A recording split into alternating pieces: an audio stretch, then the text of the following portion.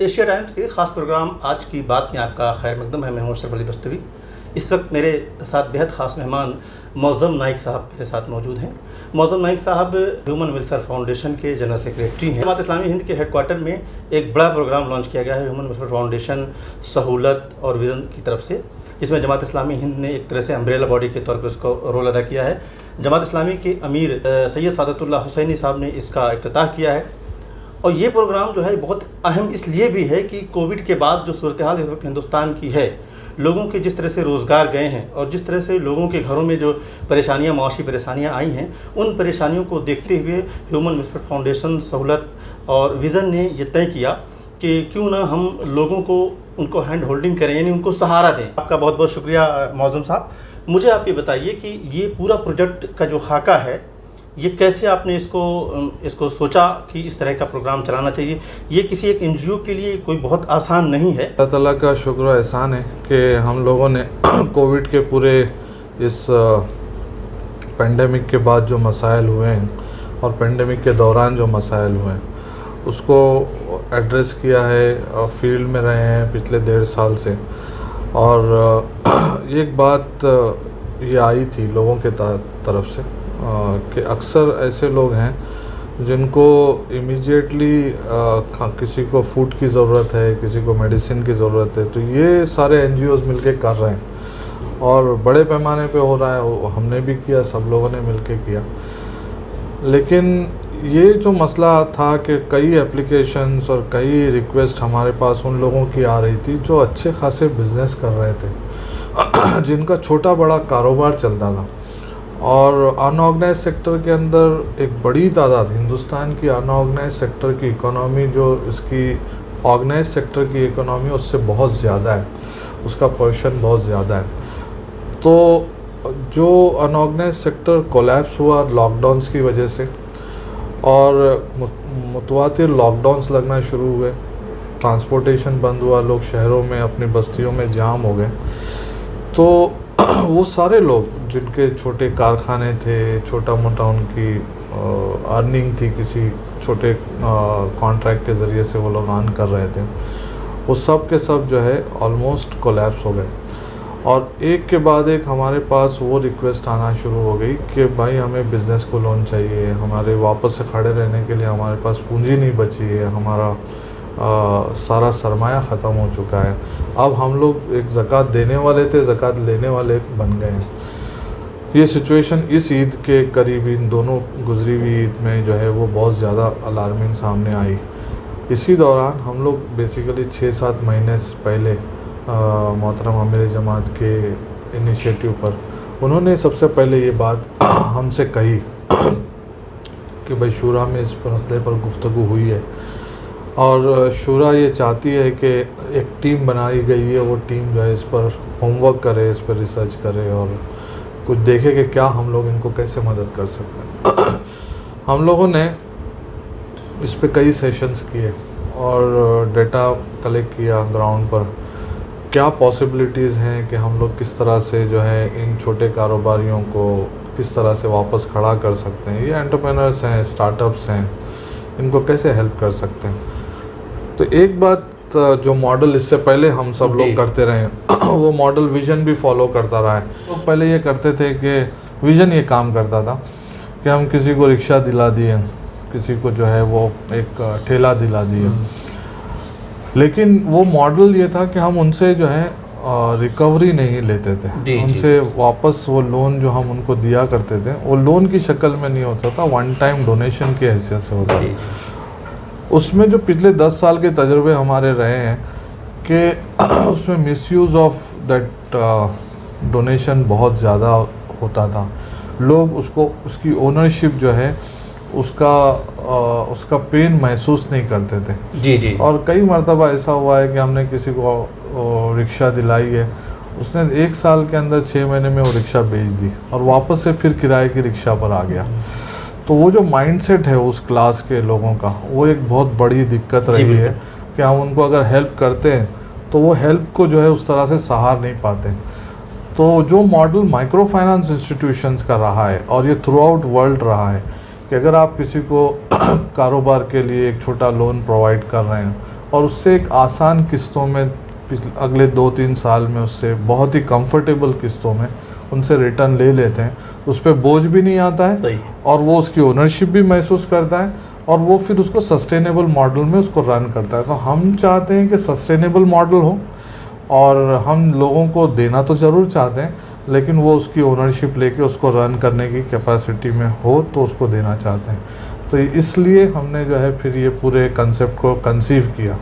लेकिन यहाँ पर एक चीज़ ये आती है कि जैसा कि आपने बताया कि डोनेशंस देने के बाद 10 साल का जो आपका तजर्बा रहा, लोग वो पेन महसूस नहीं करते कि उनकी मदद की गई, वो स्टैंड करने के बजाय फिर वहीं पर चले जाते हैं।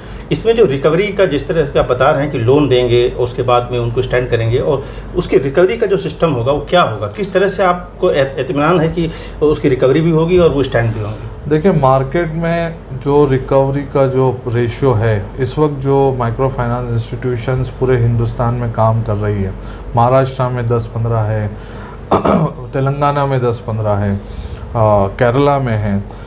तो हमारे जितने एफिलिएट्स हैं, जो सहूलत के एफिलिएट्स हैं, जो अलग अलग छोटे छोटे रजिस्ट्रेशन के साथ छोटे फंड्स को डील कर रहे हैं, कोई 5 करोड़ को डील कर रहा है, कोई 25 करोड़ को डील कर रहा है, 745 करोड़ इस वक्त जो है सहूलत के सारे जो एसोसिएट जो है वो फंड को डील कर रहे हैं। 745 crore is not an small amount. और जो रिकवरी परसेंटेज है वो 97 से 99% के करीब है। यू कैन इमेजिन कि इतना पैसा हम डिसबर्स कर रहे हैं और वो पैसा रिकवर सिस्टम में रिटर्न आ रहा है। अच्छे अच्छे बैंक्स जो है वो इस वक्त ये रिकवरी नहीं फॉलो कर पा रहे हैं, जो रिकवरी। तो ये जो मिथ है हमारा, ये जो परसेप्शन है हमारा कि लोग पैसा ले लेते हैं तो वापस नहीं देते हैं, मिलना मुश्किल है, ये इम्पॉसिबल नहीं रहा, ये पॉसिबल है। और 10 साल में हमारा पूरा ट्रैक रिकॉर्ड ये कह रहा है कि हमारे हर फाइनेंशियल इंस्टीट्यूट ने अच्छी रिकवरी की। यानी इसका कहने का मतलब ये हुआ कि निज़ाम अगर ऐसा बनाया जाए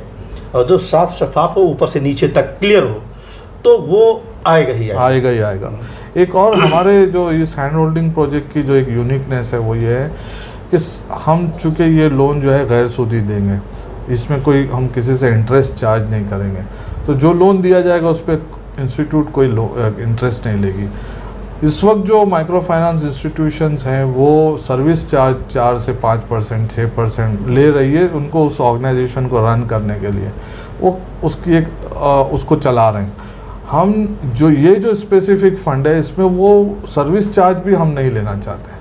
हम जितना पैसा उनको देंगे उतना ही पैसा रिकवर करेंगे। अच्छा, आपने क्या मतलब स्टडी किया होगा जब ये प्रोग्राम आप बना रहे थे कि ऑल ओवर इंडिया की स्टडी किया होगा, तो कितने ऐसे सेक्टर हैं जिसमें आप लोगों की मदद करने के लिए कुछ आइडेंटिफाई किया है कि किस तरह के मतलब किस तरह की मदद आप पहुंचाने का आपने प्लान बनाया है? कौन कौन से सेक्टर्स हैं जिसमें आप, और कितने लोग ऐसे मुतासिर हैं जो डेटा है, जैसा कि कल जो गुफ्तगू हो रही थी उसमें 97% लोगों की जॉब गई हुई है जो बताया जा रहा है।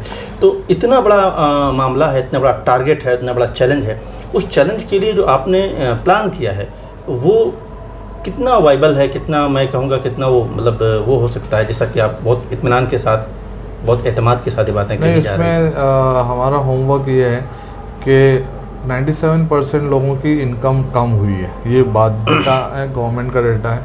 23 मिलियन लोगों के जो है वो बिजनेसेस कोलैप्स हुए हैं, 10 मिलियन प्लस लोगों के जॉब गए हैं। ये डेटा जो है CMR का और वेरियस इंस्टीट्यूशंस का है। हम जो चीज़ कहने जा रहे हैं वो ये कि लाइवलीहुड प्रोजेक्ट्स जो हैं वो उसकी size from 5,000 rupees to 5 lakh rupees, हम जो है हमारी एक स्टडी ग्रुप है जिस पर हमारी पहले से एक टीम हमारी लाइवलीहुड सक्सेसफुल प्रोजेक्ट्स पे स्टडी है हमारी। कि देखिए, livelihood successful projects post Covid अलग थे, अब अलग है। बेशक प्री कोविड अलग थे। आज जो है जो उससे पहले कोविड से पहले जो प्रोजेक्ट सक्सेसफुल थे, आज वो प्रोजेक्ट सक्सेसफुल नहीं है। पहले हम 50,000 रुपये किसी को देते थे और कहते थे कि भाई आप जो है वो टिकटिंग का कि आप वो करना चाहते हैं, छोटी आप कर दीजिए और आप जो है टिकट एजेंट बन जाए। लेकिन आज वो टिकटिंग एजेंसी पूरी कोलैप्स्ड है। तो आज कई इंडस्ट्री कोलैप्स्ड है। तो इस वक्त जो प्रोजेक्ट सक्सेसफुल हैं और जो उस पर्टिकुलर अमाउंट के अंदर वापस से खड़े हो सकते हैं, हमारा स्टडी ग्रुप जो है वो उस पर उन प्रोजेक्ट पे रिसर्च कर रहा है, और वो प्रोजेक्ट हम लोग खुद भी तकरीबन 20 प्रोजेक्ट हम लोग लोगों को सजेस्ट करने वाले हैं कि भाई ये प्रोजेक्ट्स हैं, आप ये प्रोजेक्ट लो, ये स्टार्टअप प्रोजेक्ट है, ये सक्सेसफुल हो सकते हैं। एक नंबर 1। नंबर 2, जो लोग रिक्वेस्ट कर रहे हैं लोन के लिए, उनके पास खुद के पास एक प्रोजेक्ट होता है। अक्सर 99% लोग वो होते हैं, 90% के करीब लोग वो होंगे जिनके पास खुद एक प्रोजेक्ट होता है, और वो पहले से उनका एक ट्रैक रिकॉर्ड होता है, उनकी एक हिस्ट्री होती है, उनको जानते हैं। वो लोग कहते हैं कि भैया मैं ये पहले चलाता था, अब मुझे फर्दर ऑपरेशनल एक्सपेंसेस के लिए इतना चाहिए या मशीन के लिए इतना चाहिए, आप मुझे लोन दीजिए। हम लोग उस प्रोजेक्ट को इवैल्यूएट करेंगे और फिर उसको जो है वो हम लोग लोन सैंक्शन करेंगे। तो ये हमारा प्रोसेस है। तो हमारे प्रोसेस का 2 लेयर है। एक ये कि हमारे पास जो प्रोजेक्ट होंगे वो हम लोगों को बताएंगे, और उनके पास जो प्रोजेक्ट होंगे उसकी वायबिलिटी देखकर फिर उनको लोन देंगे। अच्छा, ये जो इस तरह की जो चीज़ें हैं, इसमें कम्युनिटी का 2 तरह से इन्वॉल्वमेंट है। एक तो वो लोग जो नीडी हैं उन तक मदद पहुंचाना, और सोसाइटी के ही ज़रिए से उनको ही मोबिलाइज़ करके सोसाइटी में जो वेल ऑफ लोग हैं उनको इस प्रोजेक्ट के लिए तैयार करना कि उसमें डोनेट करें। इसका क्या फार्मूला हो सकता है, क्या होगा, कैसे? मतलब क्योंकि सब लोग मसाइल का शिकार हैं, कारोबार सबके कमज़ोर हुए हैं, तो उसमें कैसे, मतलब उसका क्या आइडिया? एक्चुअली डोनर साइकी भी जो है इस वक्त अब बदल गई है। पहले डोनर्स जो हैं वो बहुत ही पुराने जो इस्टेब्लिश्ड डोनेशन के पॉइंट्स थे वहीं पर वो लोग खर्च करते थे। आज का डोनर ये कहता है कि मैं ऐसी जगह पैसा लगाना चाहता हूँ जहाँ वो अपने पैर पे खड़ा हो जाए जी। आप ऐसी चीज़ बताइए जिसमें मैं फलाने बंदे को पैसा दूँ तो अगले साल वो वापस मेरे से पैसा मांगने ना आए, ये पोजीशन वाली जो है डोनेशन करना चाहता है। तो लाइवलीहुड प्रोजेक्ट्स के ऊपर डोनेशन बहुत आसानी से इस वक्त हम लोग रेस कर सकते हैं। और हमारा जो इस वक्त पहला बड़ा चैलेंज, जो पहला 3 महीना जो हमारा जो जाएगा वो इस प्रोजेक्ट की फंड रेजिंग में ही जाएगा। हम लोग एक अच्छा खासा अमाउंट पहले डोनेशंस हासिल कर लेना चाहते हैं, फंड रेजिंग कर लेना चाहते हैं, और फिर उसके बाद उसका डिसबर्समेंट का फेज़ आएगा।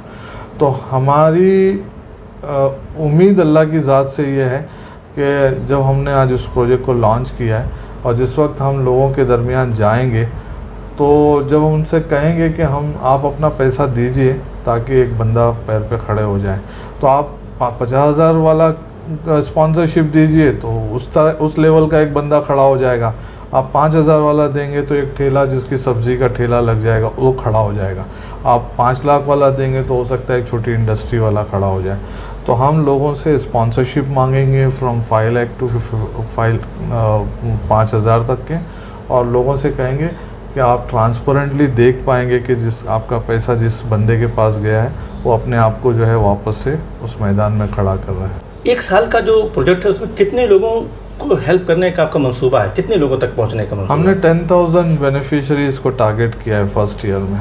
एटलीस्ट 10,000 लोन्स हम देंगे बिटवीन 5,000 to 5 lakhs। तो वो डिपेंड करेगा कौन से सेक्टर में कितना है, लेकिन हम कम से कम 10,000 लोग, 10,000 is not an small target. 10,000 लोगों को ऑल ओवर इंडिया हम लोग फर्स्ट ईयर में हैंड होल्ड करके उनको अपने पैर पे खड़ा करना चाहते हैं, ये हमारा टारगेट। अच्छा, लोन की बेसिक शराइत क्या है? तो माइक्रो फाइनेंस इंस्टीट्यूशंस हैं, उसके SOPs बने हुए हैं। ठीक। इसमें हम लोगों को कोई नया इन्वेंशन करना नहीं है। गारंटर्स होते हैं, डिपॉजिटर्स के गारंटर्स होते हैं, सोशल गारंटर्स होते हैं, रिकमेंड करने वाले। तो एक पूरा नेटवर्क है बेसिकली, जिस नेटवर्क के अंदर जो है, और हम लोगों ने देखा है स्पेशली ख़वातीन को लोन देने में जो बहुत ही डिप्राइव्ड सेक्शन से आती है, उनका रिकवरी लेवल तो 99% प्लस है। उनको कोई सही से गारंटर नहीं मिलता है, लेकिन सबसे अच्छी रिकवरी। उसकी वजह क्या है, क्या आपने पाया? असल में womens are very honest to their commitments when it comes to financial commitments. और हमारी जो इस वक्त इंडिया वर्ल्ड वाइड रिसर्च है इस पर, मलेशिया की भी रिसर्च है ये, बांग्लादेश की भी रिसर्च है ये, क्योंकि माइक्रो फाइनेंस इंस्टीट्यूशंस की सक्सेस स्टोरीज ज़्यादा बांग्लादेश में है, मलेशिया में। तो ये पता नहीं, उसमें मैं बहुत ज़्यादा नहीं कह सकूँगा, लेकिन इतना ज़रूर है कि जो छोटे छोटे लोन्स हम ख़वातीन को देते हैं, उनको जो होम इंडस्ट्री वो चलाती हैं और जो कुछ करती हैं, उनका रिकवरी ऑलमोस्ट क्लोज टू 100% होती है। और दूसरी बात, हम भी जो है कोशिश ये करेंगे कि ख़वातीन को अच्छा खासा इसमें चंग जो है जाए, ताकि वो खड़ी हो जाएं, अपने घर में कुछ काम करें, अपने पैरों पे खड़ी हो जाएं। उन पर भी कई जिम्मेदारियाँ। आपके यहाँ मैं देख रहा हूँ कि विज़न का एक पार्ट है विमेन एम्पावरमेंट का, जो ट्वीट के नाम से आपने एक एनजीओ डेवलप किया है। उसमें सिर्फ महिलाओं के लिए का अपलिफ्टमेंट, एजुकेशन और एम्पावरमेंट के हवाले से है। वो उसका इन्वॉल्वमेंट इसमें किस दर्जा लिया हमारे साथ जितनी हमारी विजन की एनजीओज़ हैं सब साथ में, उसमें ट्वीट भी है। तो ट्वीट जो है वो वुमेंस के लिए काम कर रही है, रहमतुन्निसा बाजी जो है वो उसको लीड कर रही हैं। इस वक्त हम लोग विजन के तहत ऑलरेडी लाइवलीहुड के कुछ प्रोजेक्ट्स को ऑलरेडी स्पॉन्सर कर रहे हैं। तो ये इसी का सिलसिला आगे बढ़ाया जा रहा है। जब हमने रिसर्च पे बात की थी और 4-6 महीने पहले जब हमने इस पर एक टीम बनाई थी और जिससे बात हुई थी, तो वहाँ हम लोगों को जो सक्सेसफुल प्रोजेक्ट्स वुमेंस की तरफ से बहुत आए थे और उन्होंने काफ़ी अच्छे सक्सेस स्टोरीज़ लाई थी हमारे सामने। और हम लोग जो है ख़वातीन को इन ट्वीट को एंगेज रखेंगे इसमें, और जो ट्वीट के रिकमेंडेड जो केसेस हैं उसको प्रायोरिटी देंगे, इसलिए कि अच्छा, एक चीज़ ये कि ज़मीन पर जो लोग भी परेशान हाल हैं वो आप तक कैसे पहुंचेंगे? क्या मतलब तरीक़ेकार उनको आइडेंटिफाई करने के लिए, या वो कैसे पहुंचे? देखिए, ये एक बहुत बड़ी ब्यूटी है जमात इस्लामी की कि जमात इस्लामी का नेटवर्क माशाल्लाह से हर डिस्ट्रिक्ट, हर कस्बे तक है। और हमारा वो जो जमात का नेटवर्क है वो बेसिकली सोशली कनेक्टेड है वो डिप्राइव्ड सेक्शन के साथ। इल्ला माशाल्लाह बहुत कम ऐसी जगह होगी जहां हम लोग बहुत ज़्यादा अच्छे से कनेक्टेड नहीं है, लेकिन मैक्सिमम जगह हमारा कनेक्शन है। तो वो नेटवर्क बेसिकली आइडेंटिफाई करता है, और वही नेटवर्क के थ्रू अभी भी हम लोग सारे जो डिसबर्समेंट का काम है, हमारा विजन का जो डिसबर्समेंट होता है, तो हम लोग ऑर्फन्स को चेक्स देते हैं, विडोज़ को देते हैं, तो कुआं खोदते हैं, जो भी करते हैं, ये नेटवर्क ही हमें वेरीफाई करके लाता है केसेस को, और वो केस हम जो है वो उसको एग्जीक्यूट करते हैं। तो इसमें भी वही नेटवर्क काम करेगा। अमीर मुकामी के पास केसेस आते हैं, वो जो है आगे बढ़ाएगा, उनका नाजिम ज़िला है, नाजिम इलाका है, अमीर हल्का है, वो लोग उस प्रोसेस से गुजरने के बाद एक फ़र्स्ट लाइन ऑफ स्क्रीनिंग हो जाती है। सेकेंड लाइन ऑफ जो ऑफिशियल टेक्निकल स्क्रीनिंग है वो हमारा स्टाफ करता है, और फिर हम लोग उसको जब आप ये शुरू करेंगे 3 महीने के बाद फंड रेजिंग करने के बाद, इम्प्लीमेंट का जो दौर आएगा, इम्प्लीमेंटेशन के बाद 1 साल का जो आपने टारगेट रखा है 10,000 लोगों तक पहुंचने का, ये जो इम्प्लीमेंटेशन हुआ वो किस दर्जे में हुआ, उसके फ़वायद क्या हुए, कितने लोग वाकई सही मानों में किस लेवल पर पहुँचे, कितने लोग फिर पीछे छूट गए, इसका कोई तरीका आपने डेवलप किया है कि कोई हिसाब किताब इसका करें, आप जायज़ा लें? हम लोगों ने ऑडिटर ऑलरेडी अपॉइंट कर लिए हैं, कंसल्टेंट्स अपॉइंट कर लिए हैं, और हमने जो है इम्पैक्ट असेसमेंट के लिए 2 एजेंसीज से बात की है, IIM अहमदाबाद से, और एक फ्रांस की एक ऑर्गेनाइजेशन है जो सोशल इम्पैक्ट असेसमेंट उनका पूरा है, वो हमें अपने वो दे रहे हैं, SOP दे रहे हैं।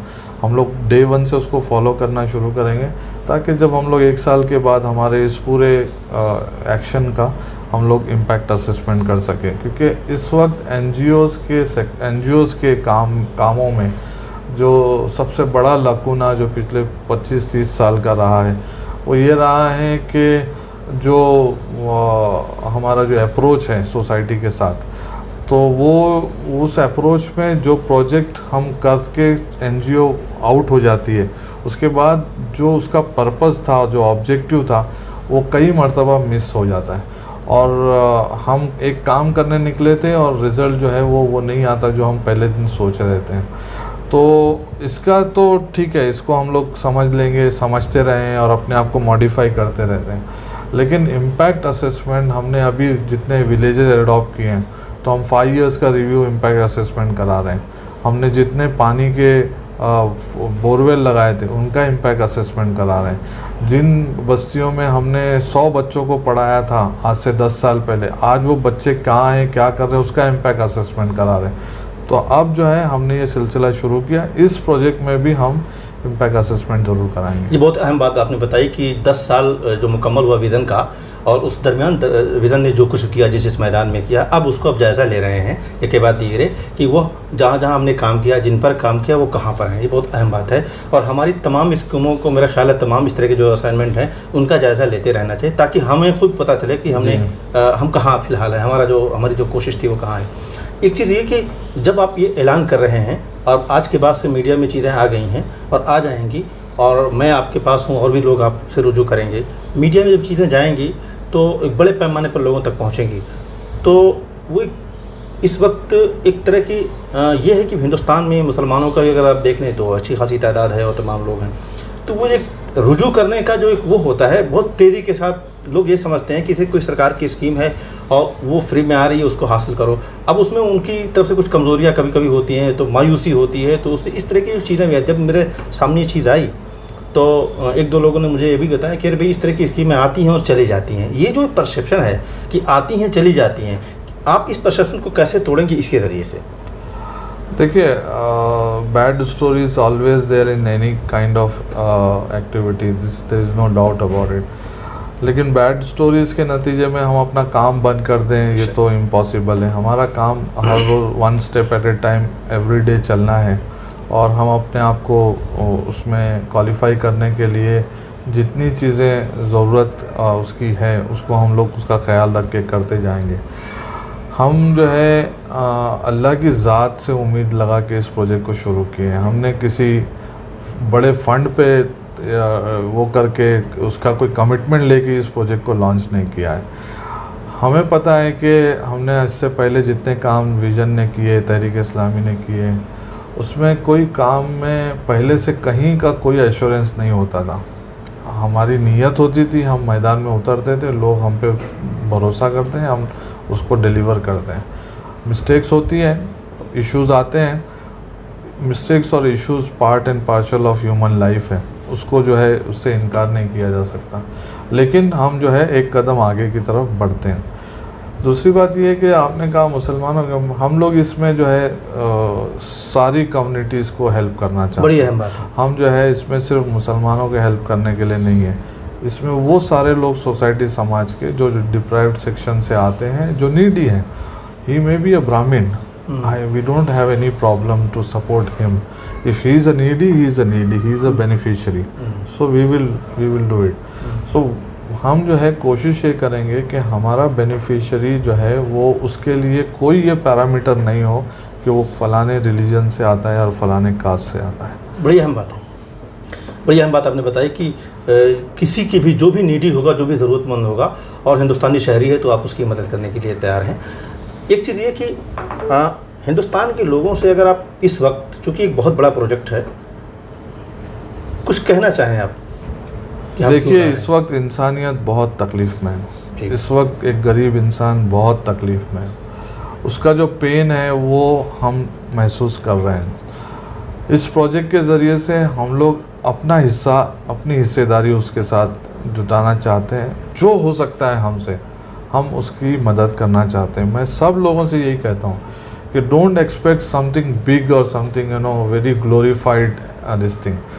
What ever we are doing, जो हम कर रहे हैं वो हमारा उस पर्टिकुलर फील्ड में हमारा योगदान है, हमारी कोशिश है। उसका फल क्या निकलेगा, कैसे निकलेगा, उससे कितना को क्या क्या फ़ायदा पहुंचेगा, ये सब उसके हाथ में है, ये हमारे हाथ में नहीं है। मेरी समझ और मेरी सोच यही है, जो हमारे सारे लोगों की सोच है, वो ये है कि हमने इस वक्त मैदान छोड़ के भागना नहीं है और मायूसी की फ़िज़ा में मायूसी की बातें नहीं करनी है। हमें जो है उम्मीद की बातें करनी है। अगर हम लोग उम्मीद की बातें कहते हैं, करते हैं, लोगों के साथ उम्मीद के साथ खड़े रहते हैं, उसका हाथ पकड़ के उसको उम्मीद दिलाते हैं, ये जो पैगाम है ये 90% उसका मसले का हल है, उसको हील कर देगा।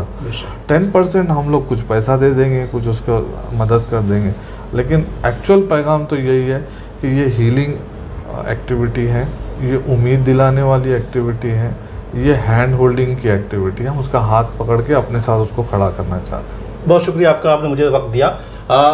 मौज़म नाइक साहब मुझे बता रहे थे कि ये एक तरह से हम हाथ पकड़ने की बात कर रहे हैं और हम बहुत ज़्यादा क्लेम नहीं कर रहे हैं, लेकिन ये है कि हमारे हिस्से का जो कुछ हो सकता है, ये और बात की आधी हमारे बस में नहीं, मगर चिराग जलाना तो अख्तियार में है। ये इस नज़रिए के साथ आगे बढ़ रहे हैं। हम उम्मीद करते हैं कि आप तमाम लोग जो भी इस वीडियो को देख रहे हैं, अगर आप डोनर की हैसियत में अपने आप को पाते हैं तो इस प्रोग्राम से आपको जुड़ना चाहिए, और अगर कहीं आपके आसपास कोई ज़रूरतमंद ऐसा है और इस प्रोग्राम से उसको जोड़ देने की कोशिश करनी चाहिए। बहुत बहुत शुक्रिया।